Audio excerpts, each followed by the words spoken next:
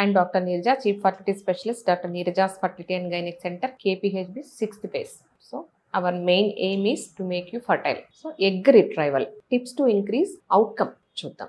So main egg retrieval అనేది after so many ఐవీఎఫ్లో hormone injections తర్వాత 10 to 12 days తర్వాత మనం ఎగ్ పికప్ ప్లాన్ చేయడం జరుగుతుంది. సో మెయిన్ ఎగ్ రిట్రైవల్ అనేది దానికి ముందు హార్మోన్ ఇంజెక్షన్స్ రెగ్యులర్గా ఒకే టైంకి తీసుకోవాలి. ఈ హార్మోన్స్ అన్ని కోల్డ్ చైన్ చాలా చాలా ఇంపార్టెంట్, ఇవి temperature dependent. So hormone injections cold chain లేకపోతే అది వర్క్ అవ్వదు. సో టైమ్లీ ఇంజెక్షన్స్ తీసుకున్నారా అది చాలా important. And last injection trigger అంటాం. ఎగ్ పికప్ ముందు ట్రిగ్గర్ ఇంజెక్షన్ అనేది ఇంపార్టెంట్.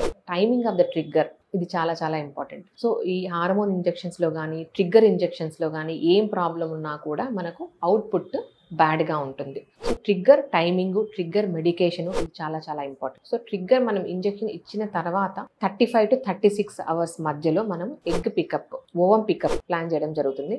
మామూలుగా ఇది ఎగ్ పికప్ మనము జనరల్ అనెస్థీషియాలో చేస్తాం. షార్ట్ జనరల్ అనెస్థీషియా, టాప్అప్ అనెస్థీషియాతో మనము ఎగ్ పికప్ ప్లాన్ చేయడం జరుగుతుంది. అండ్ సో ఈ మీన్ వైల్ హార్మోన్ ఇంజెక్షన్స్ ఈ 10 to 12 days అప్పుడు పేషెంట్ అసలు ఫాలికల్స్ ఎన్ని ఉన్నాయి మనం కౌన్సిల్ చేయడం చాలా చాలా important. So second day follicles ఎన్ని ఉన్నాయి, యాంట్రల్ ఫాలిక్యులర్ కౌంట్ ఎంత, సో ఎంత అవుట్పుట్ ఉంది, ఫాలికల్ అవుట్పుట్ ఎంత ఉంది, ఎగ్ పికప్ తర్వాత ఎన్ని ఊసైడ్స్ వచ్చినాయి.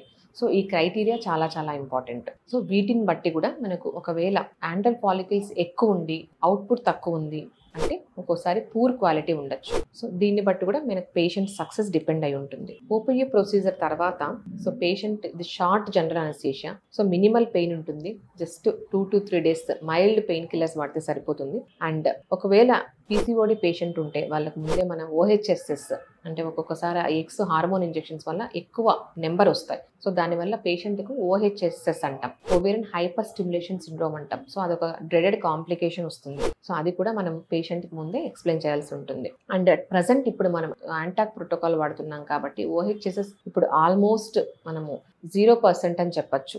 అండ్ ఇంకొకటి పేషెంట్స్కి ఈ హార్మోన్ ఇంజెక్షన్స్ వల్ల కొన్ని mild complications like constipation issues వస్తాయి కాబట్టి సో ఇవి కూడా మనం పేషెంట్ కౌన్సిల్ చేయాలి. సో ఇవన్నీ సమ్ ఎగ్ రిట్రైవల్, ఇవన్నీ some tips to improve outcome. Thank you.